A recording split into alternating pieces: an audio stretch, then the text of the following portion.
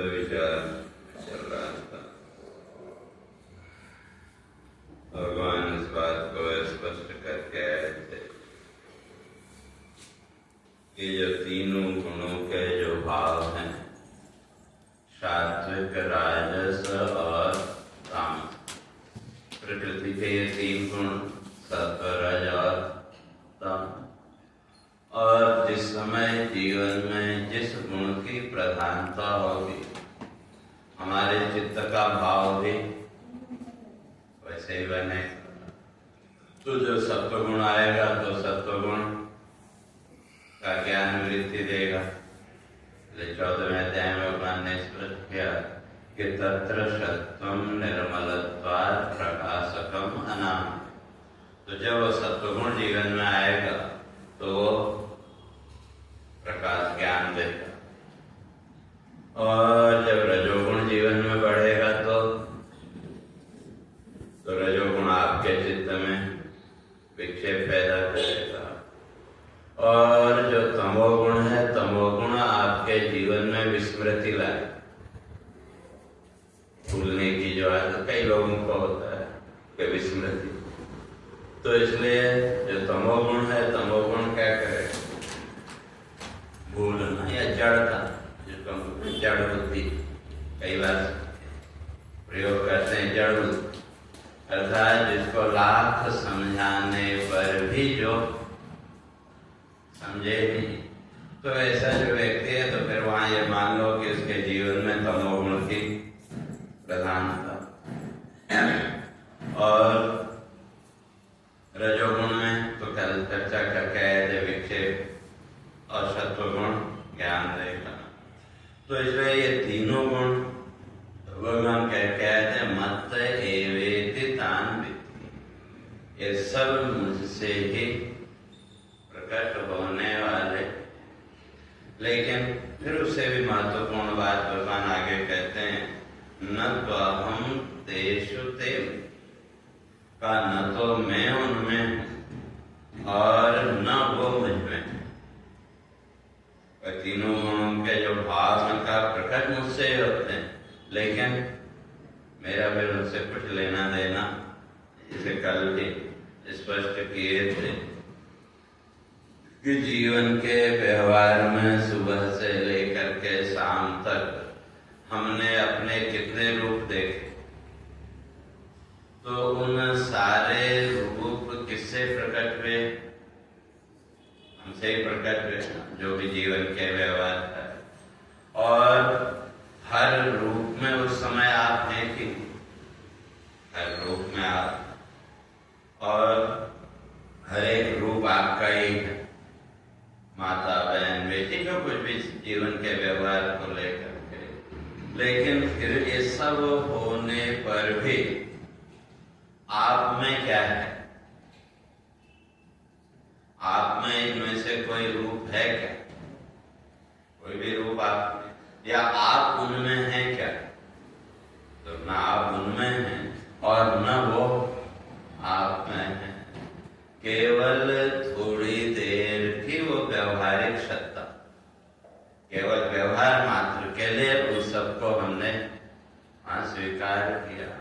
तो उसी तरह से कहते हैं कि ये जो तीनों गुण हैं, सत्व, रज और तम, तो ये तीनों गुण भी वैसे ही मुझसे ही प्रकट हुए, लेकिन मेरा उनसे कुछ लेना देना नहीं है। और तो उसी बात को, लेकिन जो अज्ञानी हैं उन्होंने क्या मान लिया? इन तीन गुणों के कार्य को अपना कार्य मान लिया। तो संपूर्ण जगत में अगर देखें तो जो कुछ भी जीवन की क्रियाएं हैं वो सब कराने वाले कौन? तो ये तीन ही गुण, सत्व, रज और तम। तो वही भगवान कहते हैं त्रिभि गुणमये भावे एभे सर्वमिदं जगत् मोहितं नाभिजानाति मामेभ्यः परमम्। तो इसलिए कहते हैं एभे सर्वमिदं जगत्, सारा संसार जितना भी जगत है इन तीन गुणों के भाव के अतिरिक्त और कुछ नहीं है। इन 3 गुणों का ही विस्तार। जैसे पहले चर्चा करके आए ना, नया कुछ नहीं, इन 3 गुणों का ही रूपांतर।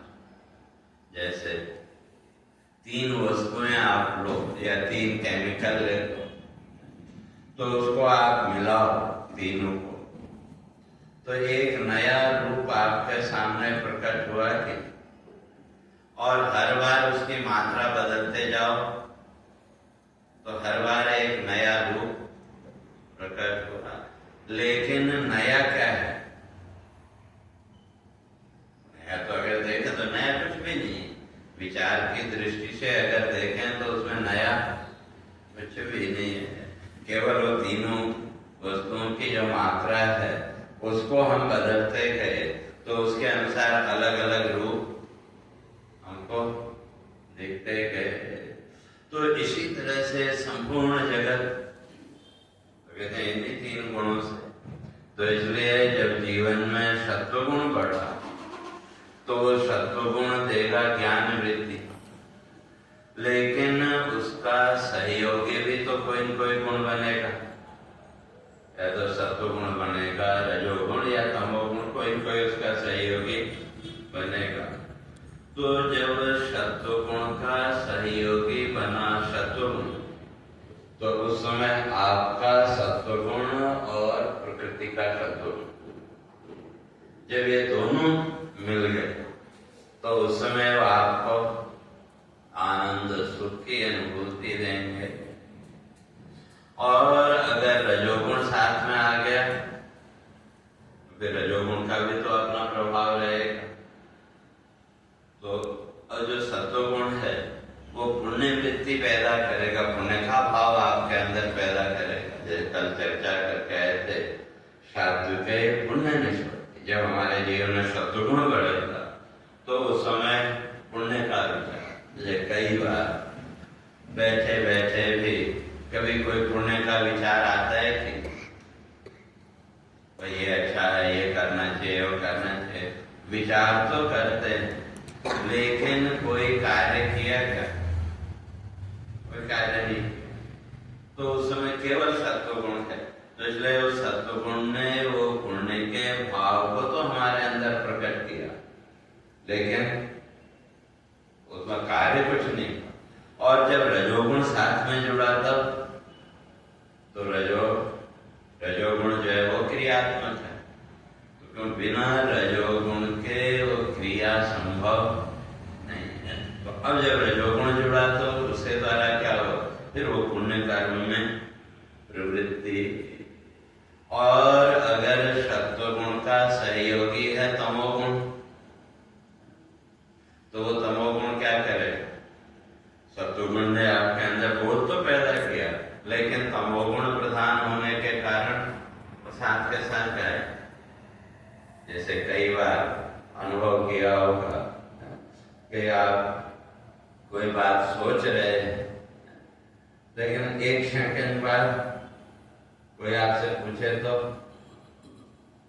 क्या सोच रहे थे पता नहीं, लेकिन जब वो विचार चल रहा था तो उस समय कहीं न कहीं मन में एक प्रसन्नता का भाव भी होता है कि प्रसन्नता का भाव है, लेकिन क्या सोच रहे थे? तो इसलिए अगर सत्वगुण है तो सत्वगुण आपको शांति तो देगा, लेकिन अगर उसका सहयोगी तमोगुण है जीवन में तो आपको क्या करना क्या नहीं करना विचार रहेगा। लेकिन तमोगुण ने क्या किया, वो साथ के साथ उस वृत्ति को मिटाता चला। तो इसलिए क्या करना क्या नहीं करना कई बार जीवन में अनुभव किया होगा कि कई बार आप सोच के जाते हैं तो ये करना, और हमेशा नहीं लेकिन कभी कभी क्या होगा, आप जब वहां तक पहुंचे तो इतने में क्या करने के लिए आप आए थे गायब हो जाता है कि नहीं? कभी कभी अनुभव किया। तो वो क्यों हुआ? तो रजोगुण या सत्वगुण ने आपके अंदर क्रियात्मकता को तो प्रकट किया, लेकिन जब तमोगुण उसके साथ में आ गया तो तमोगुण ने क्या किया, उस वृत्ति को ही कायम कर दिया। अब क्या करना क्या नहीं करना वो तो ये है। तो इसी तरह से जब रजोगुण ऊपर आया तो रजोगुण का काम है क्रियाशीलता, और जब रजोगुण के साथ आपके रजोगुण के साथ प्रकृति का जब रजोगुण मिल गया तो वो आपके चित्त में विक्षेप पैदा करेगा। उसको समझने के लिए यूं समझो, कई बार अनुभव किया होगा, आपका जो भी डेली जो भी आपका कार्य है वो आपने किया तो घर का काम आपका पूरा सोचते हैं, थोड़ी देर रहते हैं, लेकिन फिर भी कभी कभी मन में एक उथल पुथल रहती है कि भाई क्या करें क्या करें, और देखा भाई काम तो अभी कुछ है नहीं, तो फिर उस स्थिति में आप अपने कमरे में ही इधर से उधर और घूमने लगते हैं कि तो वो एक तरह का विक्षेप है। तो वो कहाँ से आया, तो जब हमारे रजोगुण के साथ प्रकृति का रजोगुण मिल गया तो उसने हमारे चित्त में विक्षेप पैदा किया। और अगर वो सत्वगुण उसका सहयोगी बना तो आपको पुण्य कार्य में जोड़ेगा, और अगर तमोगुण सहयोगी बना तो प्रवृत्ति तो हुई, लेकिन तमोगुण ने आपके उस विचार को ही मिटा दिया। तमोगुण उसका सहयोगी बन गया तो क्या आपने सोचा, एक क्षण पहले सोचा कि यह करना है, और अगले ही क्षण में आप क्या सोच रहे थे, तमोगुण ने उसको एकदम मिटा दिया। तो ये सब जीवन के अनुभव, सब अनुभव हैं। और तीसरा है तमोगुण। जब तमोगुण ऊपर आया तो तमोगुण क्या देगा, आलस्य निद्रा भ्रांति। जीवन में आलस्य निद्रा और भ्रांति, भ्रम की जो भी होता है कि क्या करना क्या नहीं करना, वो समय पे याद आएगा ही नहीं। और उस तमोगुण ने क्या किया, तो कहते हैं वो न पाप कराएगा और न पुण्य, लेकिन वृथायु क्षपणम भवेत्। तो अब जब वो तमोगुण की प्रधानता हुई तो तमोगुण हमको कहाँ ले गया, निद्रा, निद्रा की अवस्था में। और वहां भी फिर अगर निद्रा की उस अवस्था में सत्वगुण आपका सहयोगी बना, तो जैसे स्वप्न आदि आप देखते हैं निद्रा की अवस्था में, तो वहां जब कभी सत्वगुण उस समय आगे बढ़ गया तो आपको कोई देवी देवता आदि का स्वप्न दिखाई देगा। और अगर रजोगुण वहां उसका सहयोगी बना है तो फिर ये संसार के लड़ाई झगड़ा वही स्वप्न में दिखाई देगा। और जब तमोगुण का सहयोगी बना तमोगुण, तो उस समय आप इसको साउंड स्लीप कहते हैं, गाढ़ निद्रा में। और उस स्थिति में दूसरे के जगाने पर भी आप नहीं जागेंगे। जैसे आप लोगों ने अनुभव किया, बच्चों को जब सुबह आप जगाते हैं तो कई बार लाख कोशिश करने पर भी बच्चे नहीं जा, आपने जगाया, एक सेकंड की आंख खोली और रख लेते हैं, तो वो क्या है, व्यक्ति का तमोगुण और प्रकृति का तमोगुण जब ये दोनों एक साथ मिल गए तो वह कहाँ ले जाएंगे, गाढ़ निद्रा की अवस्था में। तो ये सामान्य जीवन की प्रवृत्ति तीन गुण, और ये तीनों गुण हमारे जीवन को कैसे प्रभावित करते हैं उसको अगर विस्तार से समझना हो तो भगवत गीता के 14वें अध्याय से भगवान ने इन तीन गुणों की ही चर्चा की। 14वें अध्याय से 18वें अध्याय तक भगवान इन तीनों गुणों का ही वर्णन करते हैं। ये तीनों गुण हमारे जीवन को कैसे प्रभावित करते हैं। तो इसलिए कहते हैं कि सारा संसार फिर क्या है, त्रिभि गुणमय भावे एवं सर्वमिदं जगत् तो इस संपूर्ण संसार में तीन ही गुण, इन तीन गुणों के भावों के अतिरिक्त और कुछ नहीं। और उसी तरह से तो अब आपके जीवन में अगर सत्वगुण बढ़ा तो उस सत्वगुण के फलस्वरूप पुण्य बढ़ेगा। जब जीवन में सत्वगुण बढ़ा तो सत्वगुण क्या करेगा, हमको पुण्य की ओर ले जाएगा। और रजोगुण बढ़ा तो पाप के, और तमोगुण बढ़ा तो निद्रा आलस्य। तो इसलिए कहते हैं पुण्य न पुण्य। तो अब जब आपके जीवन में पुण्य का भाव बढ़ा तो उस पुण्य के प्रभाव से कहाँ जाना पड़ेगा, पुण्य लोगों। क्यों, उसी हिसाब से जीवन के अंतिम समय में भी तो कोई कोई गुण तो रहेगा, सत्व रज या तम। तो अब जो साधक है उसने सत्वगुण को ऊपर लाने के लिए निरंतर प्रयास किया, तो जीवन के अंतिम क्षण में जब उसको पता लगा तो वो अपने सत्वगुण को आगे लाने के लिए प्रयास करेगा। तो अब वो जब सत्वगुण को उसको लाने के लिए उसने प्रयास किया तो उसके आधार पर जो भगवान ने कहा 8वें अध्याय में आगे कहेंगे, यम स्मरण भावम त्यजत्यन्ते कलेवरम तम तमेवेति कौन्तेय सदा तद्भाव भावितः। तो जिस भाव को लेकर के आपका शरीर छूटेगा तो उसी के अनुसार आगे गति मिलेगी। तो अगर जीवन के अंतिम क्षण में वो सात्विक भाव आ गया तो वो जो सत्वगुण है वो क्या करेगा, हमारे अंदर कोई न कोई पुण्य संकल्प हमसे कराएगा। तो उस पुण्य संकल्प के फलस्वरूप देवलोक आदि पुण्य न पुण्यम, तो पुण्य लोक की प्राप्ति होती।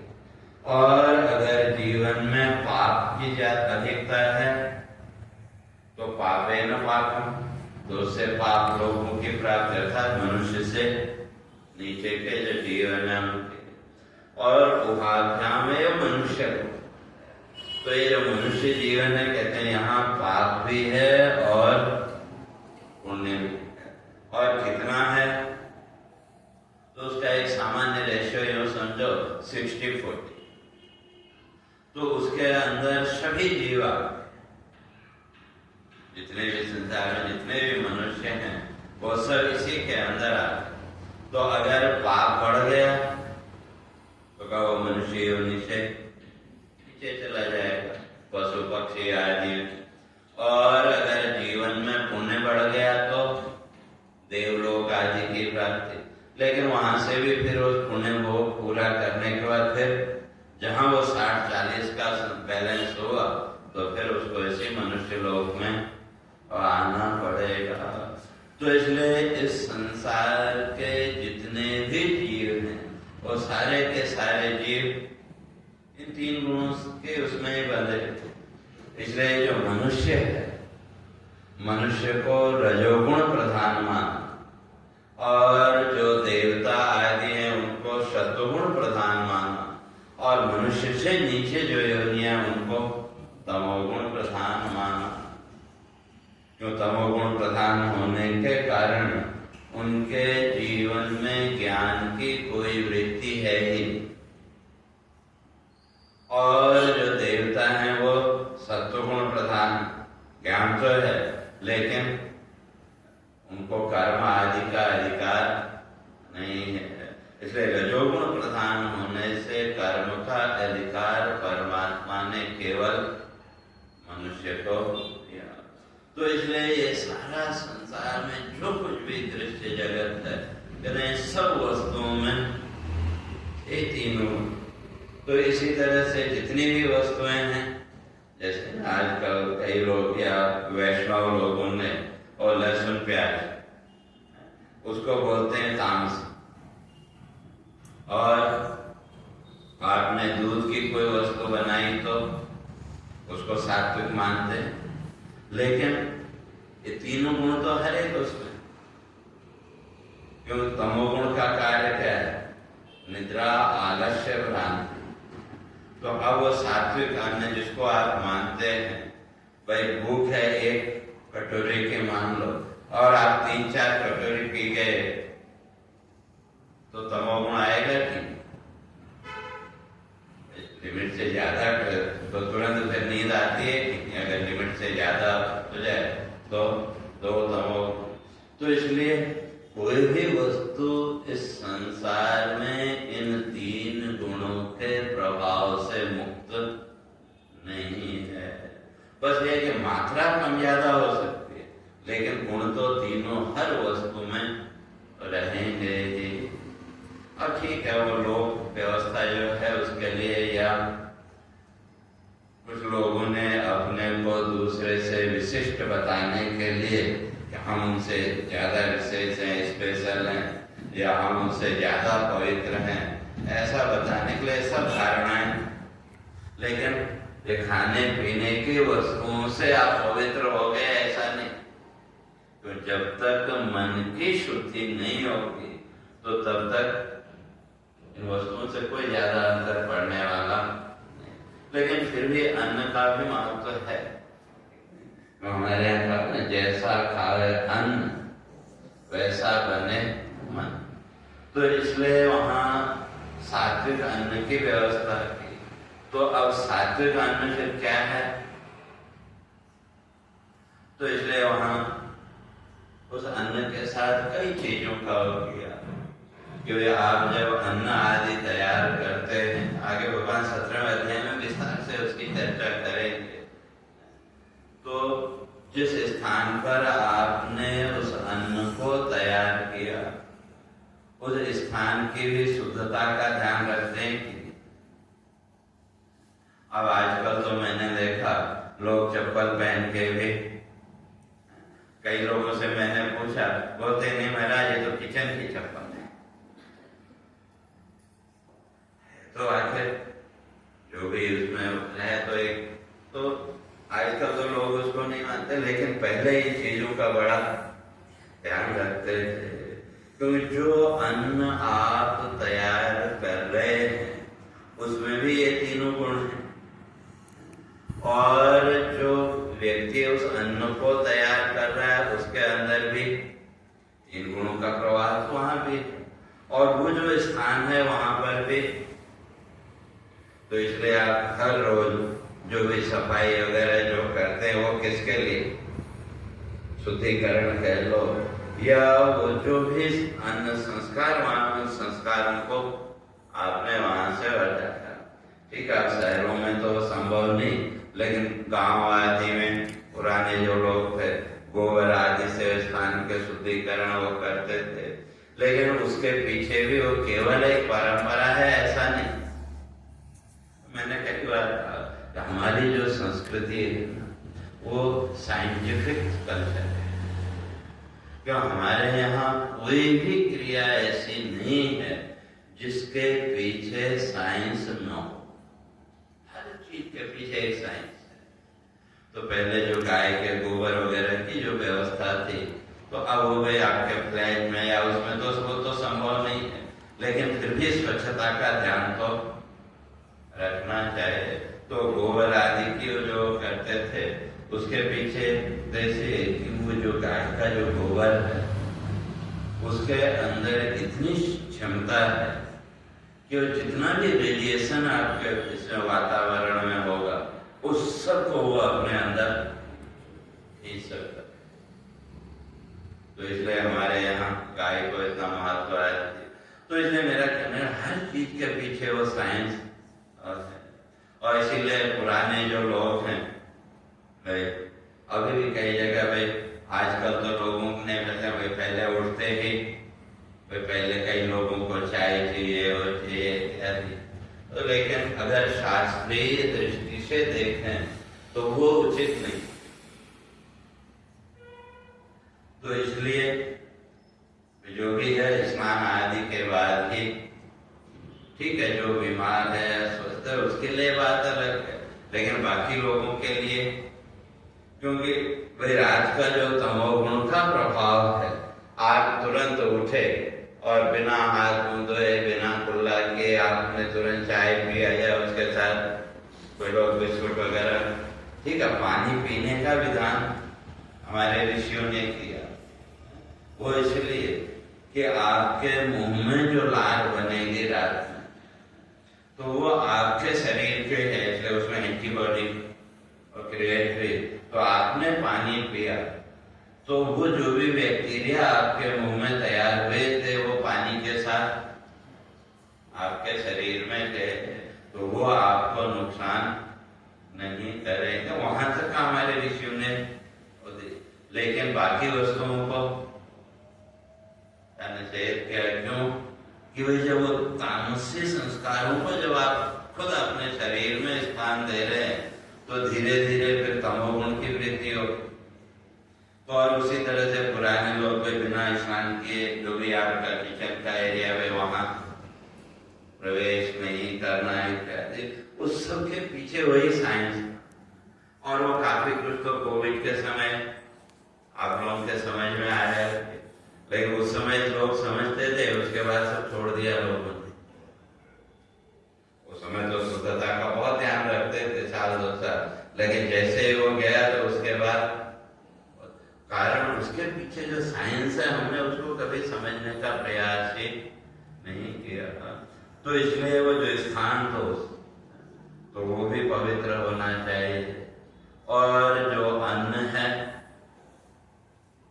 वो कहाँ से आया, तो वो अन्न में भी स्वाभाविक हो। तो और तीसरा फिर उस अन्न को जो तैयार करने वाला है उसके मन की वृत्ति कैसी है। कई बार आप अनुभव करके देखो, गुस्से में या तनाव की स्थिति में आप अगर भोजन तैयार करो तो उसका असर अन्न में भी पड़ेगा। तो इसीलिए वहाँ हमारे ऋषि ने विधान किया स्नान आदि करने के बाद फिर तो उससे क्या, जब आपने स्नान आदि किया तो आपका जो भी तनाव था, जो भी फ्रस्ट्रेशन था, वो उसके साथ अपने आप काम हुआ। तो ये सब बहुत सी चीजें उसके साथ हैं। तो इसलिए उस जो सात्विक अन्न, अब आप फिर वहाँ कोई मंत्र जप या कुछ भगवान का स्मरण करते हुए आपने उस अन्न को तैयार किया, तो वो अन्न कैसा हो गया, वो हुआ सात्विक। और फिर जो उस अन्न को ग्रहण करने वाला है उसके चित्त का भाव कैसा है, वो भी बहुत महत्व। तो इसीलिए हमारे ऋषियों ने कहा कि वे भोजन के समय एकदम प्रसन्न भाव से अन्न ग्रहण करना चाहिए। और उस प्रसन्नता को बनाए रखने के लिए हमारे ऋषियों ने स्पष्ट किया कि भोजन के समय जितना हो सके मौन रहो। तो क्यों? क्योंकि भोजन जिसने भी बनाया, कई बार हो जाती है त्रुटियां, नहीं ध्यान रहता, कुछ रह जाता है, कभी ज्यादा हो गया। तो अगर हमारी बोलने की आदत है तो ठीक है, अन्न और नहीं है तो हमारे चित्त में तो विक्षेप पैदा हुआ। लेकिन अगर हमारी बोलने की आदत है तो उसके द्वारा दूसरे जिसने भी बनाया उसको 2 बातें हमने बोली तो उसके चित्त में भी विक्षेप पैदा हुआ। और अगर मौन रहने का अभ्यास है तो वो जो चित्त विक्षेप है वो आप तक ही सीमित रहा। और फिर धीरे धीरे जब वो अभ्यास हो जाएगा तो धीरे धीरे वो विक्षेप का भाव भी समाप्त हो गया। तो इस तरह से किस भाव से उस अन्न आदि को हम ग्रहण करते हैं तो वो उसका, और उसका अलग अलग लक्षण 17वें अध्याय में भगवान ने विस्तार से बताया। तो इसी तरह से सात्विक, राजस और तामस, तो जो वस्तु जैसी है उसका प्रभाव भी वैसे होगा। तो अब ये सारा संसार में जितने भी पदार्थ हैं, कहते हैं इन 3 गुणों से वो रहित हो ही नहीं सकते। इसलिए सारा कार्य किसके द्वारा हो रहा है? इन्हीं 3 गुणों के द्वारा। लेकिन जो इनमें मुक्त हो गया, मोहित हो गया, का वो उस तत्व को नहीं जान सकता। इसलिए 14वें अध्याय में भगवान ने स्पष्ट किया कि वो जो जिस दिन उसको ये समझ में आ गया कि वे इन 3 गुणों के अतिरिक्त संसार में और कोई कुछ करने वाला है ही, ये जो तीनों गुणों के प्रभाव से ही व्यक्ति जो कुछ करता है वो करता है। इसलिए नान्य गुणेभ्यः कर्तारम् यदा दृष्टानुपश्यति का जिस दिन उसकी समझ में ये आ गया कि जो कुछ भी जीवन में करा रहे वो कौन है, तीनों गुण कराने वाले, उनके अतिरिक्त और कोई कुछ करने वाला है ही नहीं।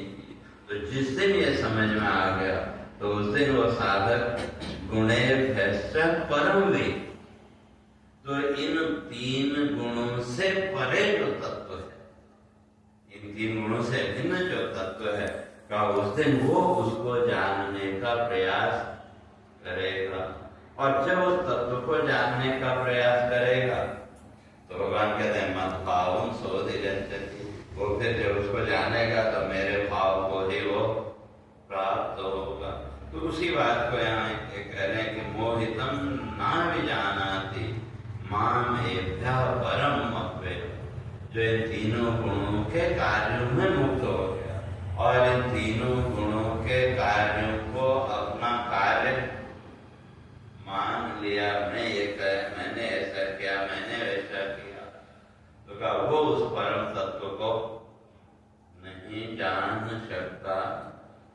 तो अब ये तीनों गुण कराने वाला है सब, तो इसलिए जो साधक है उसका कर्तव्य है कि अपने जीवन में सत्व गुण को बढ़ाने का प्रयास करे।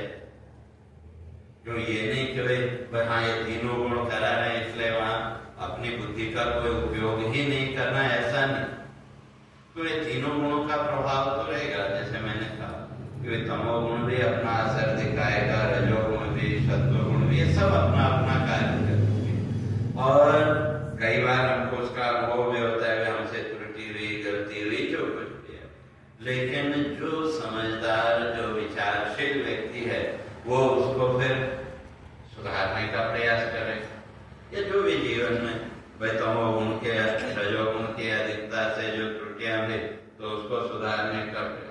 तो अब यहाँ जो साधक का, फिर साधक के लिए क्या है कि साधक अपने जीवन में सत्व गुण को बढ़ाने का प्रयास करे और उस सत्व गुण को बढ़ाने के लिए सजगता, अवेयरनेस, सजगता वो जरूरी है। क्यों? अगर हम सजग नहीं हैं तो ये तीनों गुणों का प्रभाव तो अपनी प्रवृत्ति के अनुसार करता है।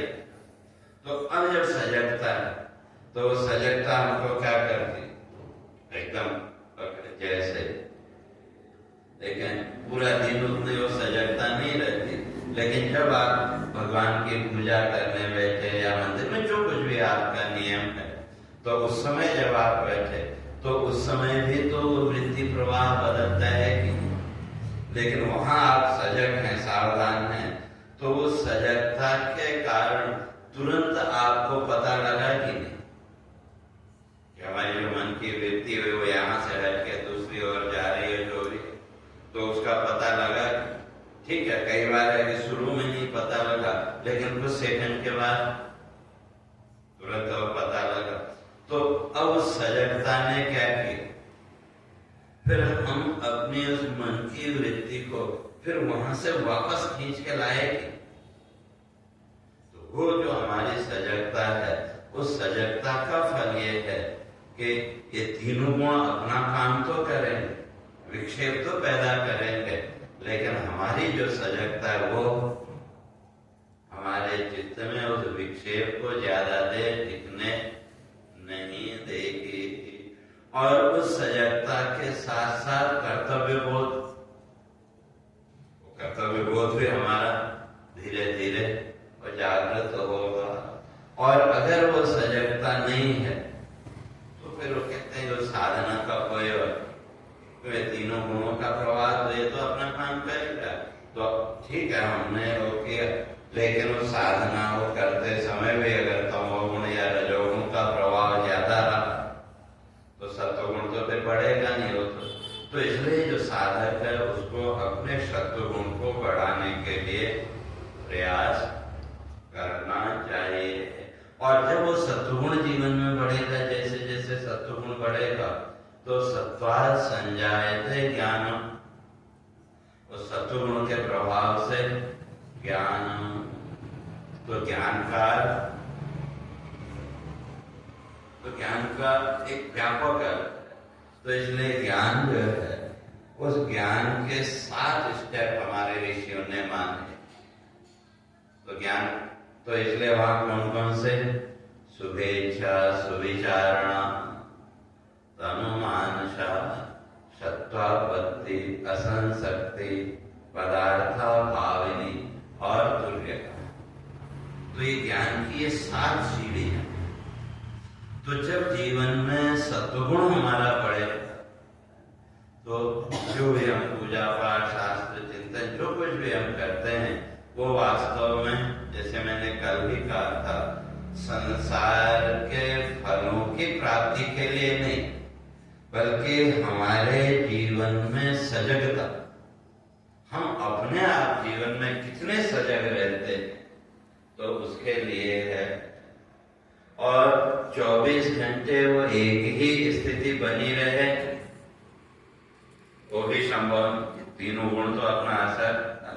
लेकिन जब अगर वो सजग रहने की प्रवृत्ति जीवन में है तो ठीक है, प्रवाह में बहे एक क्षण के लिए, लेकिन अगले ही क्षण वो सजग हो जाए के सावधान हो के, तो एक बार छूटा, 2 बार छूटा, तो फिर अगली बार तो प्रयास तो व्यक्ति करता ही। तो इसलिए वो सजग था। तो इसलिए सबसे पहले कहा शुभेच्छा। शुभेच्छा का अपने कल्याण की इच्छा, अपना हम इस संसार के इस बंधन से कैसे मुक्त हो सकते हैं, इस संसार बंधन से कैसे बाहर निकले। कहते हैं ज्ञान का पहला लक्षण वही है कि वो इच्छा हमारे अंदर जागृत हो। और जब वो इच्छा जागृत हुई तब फिर दूसरा है सुविचारणा। तो वो ऐसे तो ज्ञान मिलेगा, तो हमारा कल्याण कैसे होगा, तो उसके लिए तो हमको किसी जानकार के पास ही जाना पड़ेगा। अगर वो इच्छा नहीं है किसी के अंदर, तो क्या वो फिर ज्ञान तक भी कहाँ पहुंच नहीं पहुंच सकता। इसलिए सबसे पहली जो सीढ़ी है वो है शुभेच्छा, अपने कल्याण की इच्छा। और भौतिक उसमें तो इच्छा सबकी, क्यों संसार में कौन सा व्यक्ति ऐसा है जो ये चाहता हो कि उसके जीवन में बुरा हो, वो तो कोई नहीं चाहता। लेकिन उसको शुभेच्छा नहीं माना। शुभेच्छा उसी को माना कि हम इस संसार बंधन से कैसे मुक्त हों, ये जो भाव मन में आया, तो उसी को शास्त्रकारों ने शुभेच्छा माना। और जब शुभेच्छा हुई, प्रकट हुई, तो उसके लिए फिर का सुविचारणा, तो उसके लिए विचार तो करना पड़ेगा। तो विचार किसका करना? तो कहा गुरु मुखात शास्त्र अभ्यास, गुरु मुख से शास्त्रों का अभ्यास। और उन शास्त्रों में जो विचार मिलेगा वो किसका है? लिखा, तो जो विचारशील व्यक्ति है उसको विचार तस्मात् जगत जीव परात्मनः। इसलिए जो विचारशील व्यक्ति है, कहते हैं उसको 3 बातों का हमेशा विचार करना चाहिए। तो किस किस का? जगत जीव परात्मा। जगत माने संसार। तो ये जो संसार क्या है का इसका विचार करना चाहिए। और जब संसार का विचार करेंगे तो संसार नाम की कोई वस्तु मिलने वाली है? तो वास्तव में संसार नाम की कोई वस्तु है ही नहीं।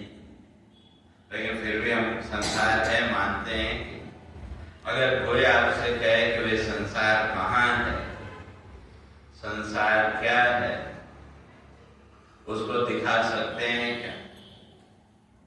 न हम संसार को दिखा सकते और न हम किसी को बता सकते, लेकिन फिर भी संसार है ये मान रहे थे।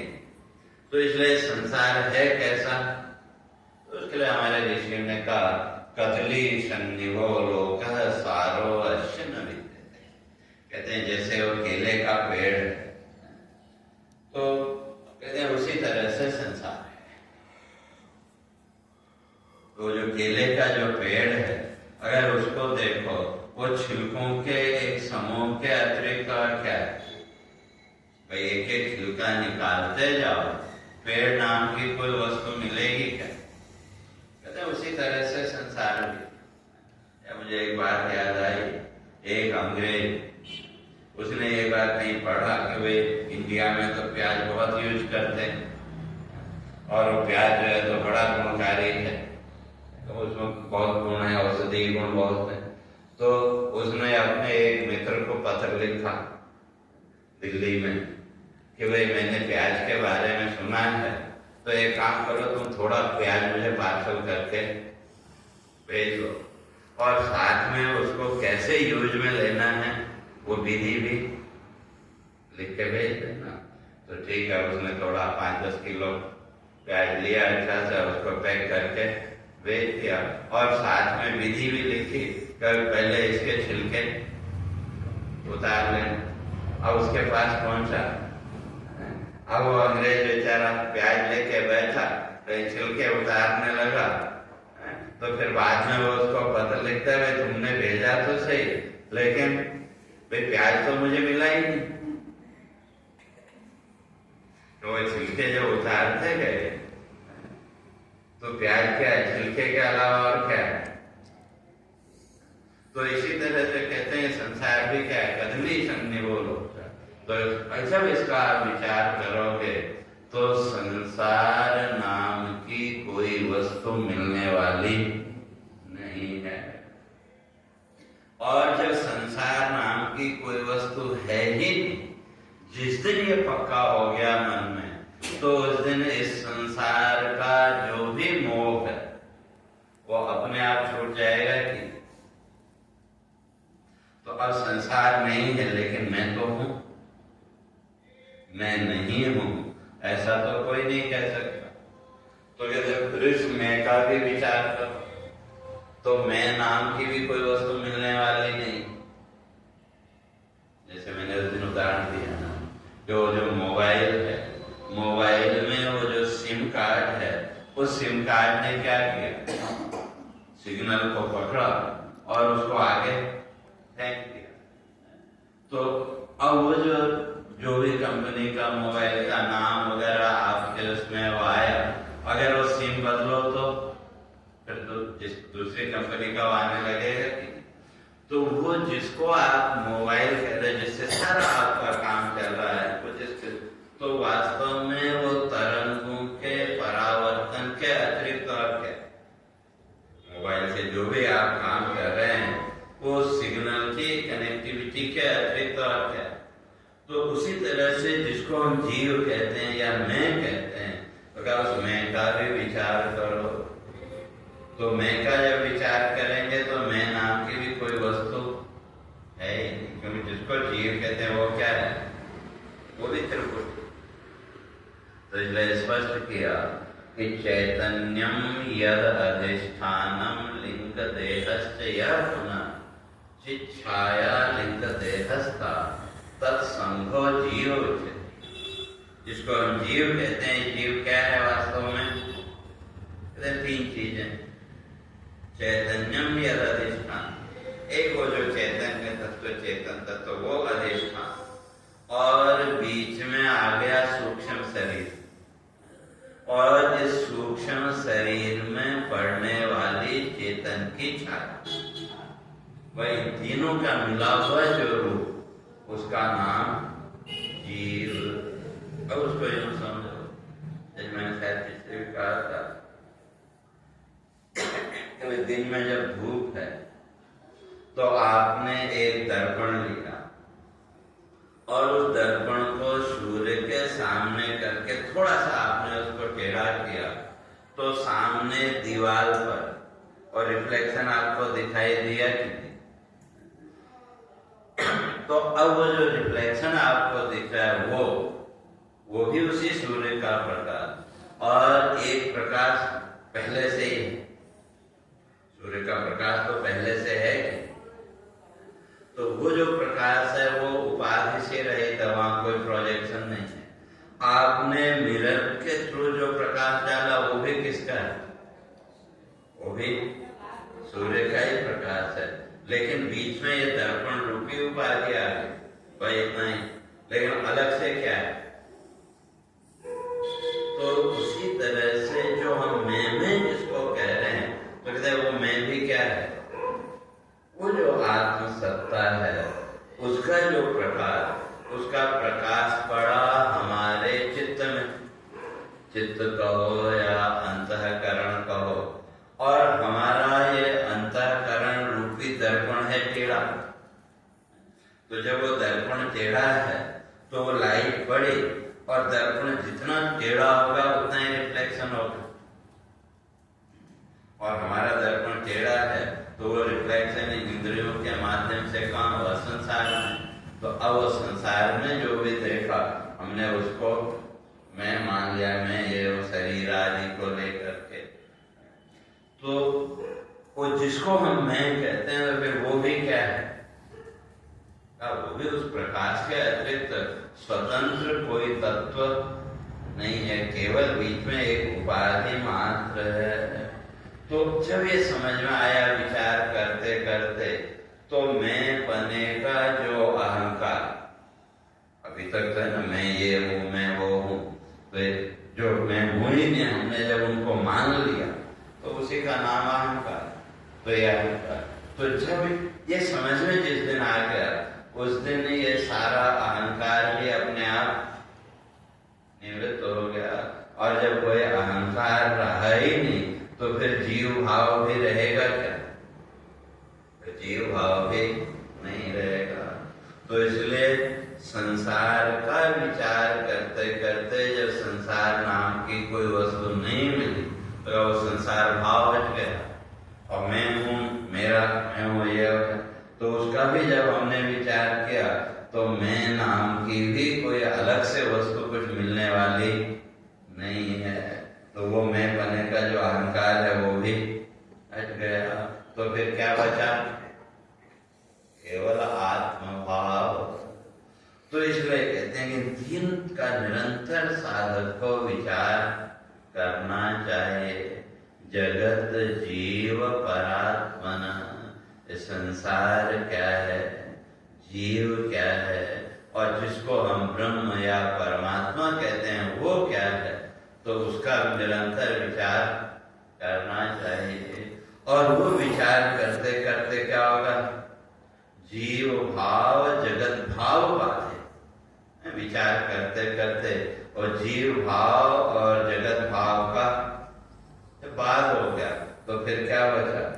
ब्रह्मेव अवशिष्यते, का वो ब्रह्म भाव आत्म भाव भी केवल फिर शेष रहेगा। जिस दिन वो चिंतन करते करते साधना करते करते हम इस स्थिति में पहुंच गए, तो उस दिन इस संसार बंधन से मुक्त हो जाएंगे। लेकिन ये माया का खेल इतना दृढ़ है, तो इसलिए भगवान कहते हैं देवी है सा गुणमयी मम माया दुरत्यया मामेव ये प्रपद्यन्ते मायामेतां तरन्ति। कहते हैं ये जो माया है ये कौन है? देवी ही ऐसा गुण। तो ये जो माया है ये गुणों से, 3 गुणों से, और ये जो माया है, माया उत्पन्न हुई ऐसा नहीं। इसलिए वेदांत में ब्रह्म और माया दोनों को अनादि माना। क्यों? दोनों ही अनादि। जैसे आप और आपकी शक्ति, तो वो शक्ति प्रकट हुई क्या? आप हैं तो आपके साथ आपकी शक्ति है कि उसको अलग से प्रकट करने की जरूरत नहीं है। तो आप शक्ति, ये दो की एक नहीं कह सकते। तो आपको अपनी शक्ति का अनुभव होता है कि कभी भाई 2 दिन आपने भोजन नहीं किया या कभी कुछ बीमार हो गए तो कोई पूछे तो हम क्या बोलते हैं? भाई आज तो शरीर में ताकत नहीं बोलते हैं, या मुझ में शक्ति नहीं। तो शक्ति का अनुभव हो रहा है तभी बोलते हैं। और शक्ति का अनुभव स्वयं से भिन्न रूप में हो रहा है कि नहीं? जो आपकी शक्ति है उस शक्ति का अनुभव स्वयं से भिन्न रूप में हुआ है कि नहीं? तो फिर आपसे भिन्न हो गए तो क्या दिखाओ? आपसे भिन्न हो गई तो दिखाओ, तो दिखा भी नहीं सकते। तो इसलिए वो जो शक्ति है, वो जो माया है, वो न भिन्न है और न अभिन्न। तो आप हैं तो आपके साथ में वो शक्ति है, और ये उसी का नाम माया है जो शक्ति है। तो उस परमात्मा की जो वो शक्ति है, उस शक्ति का नाम माया। अब जो ईश्वर जिसको हम कहते हैं, ईश्वर और जीव में अंतर इतना ही है कि जो प्रकृति कह लो, माया कह लो, बात देखिए। तो अब वो जो प्रकृति है उसके 2 रूप, एक माया और एक अविद्या, 2 रूप।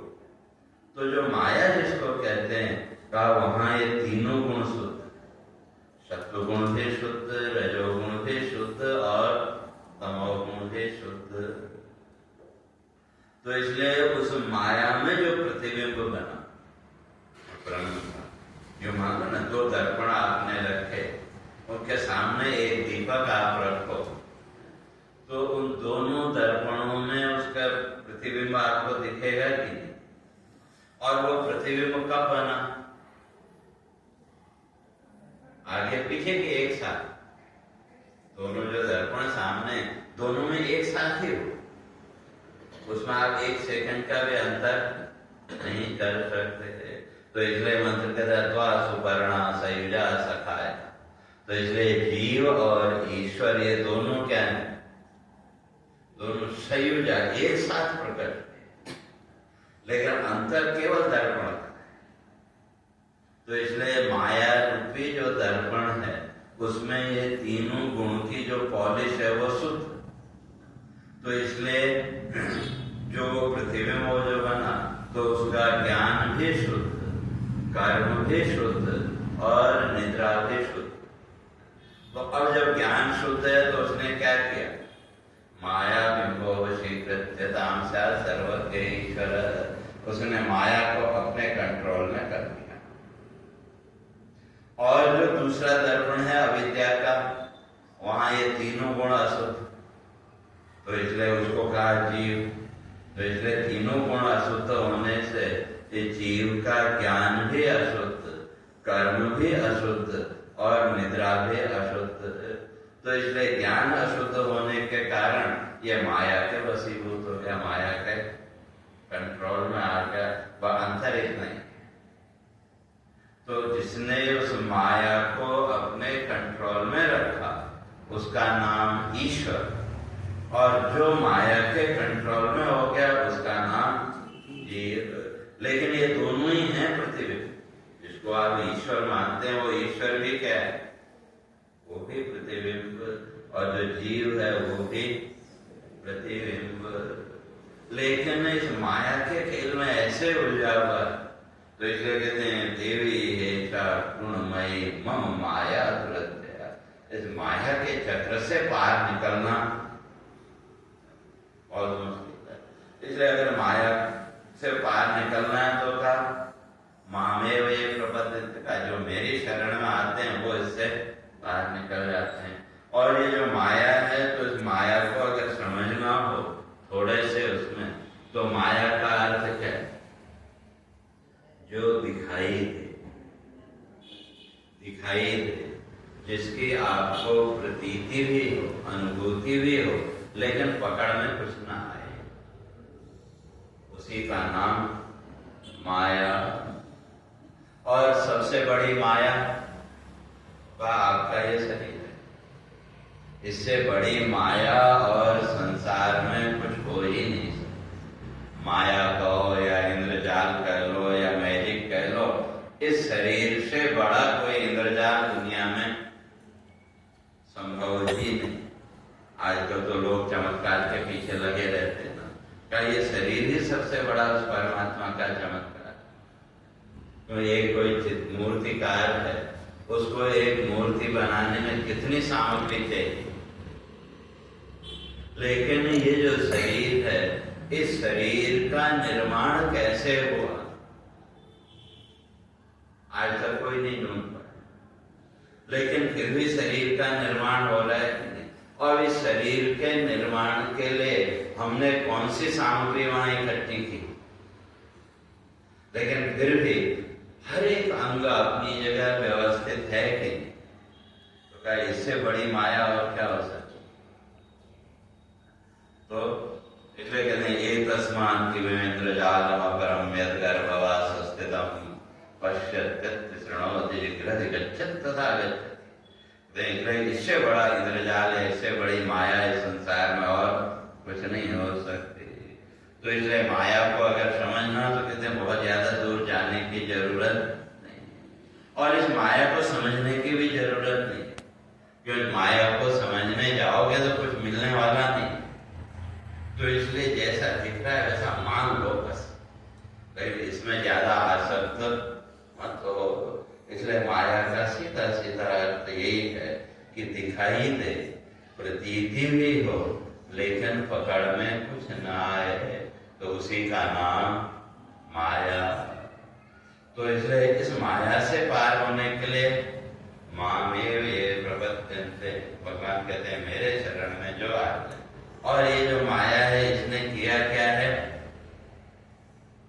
तो इसलिए वहां भागवत में स्पष्ट किया, विष्णु और माया भगवती यया सम्मोहितम जगत। ये जो माया है ये किसकी?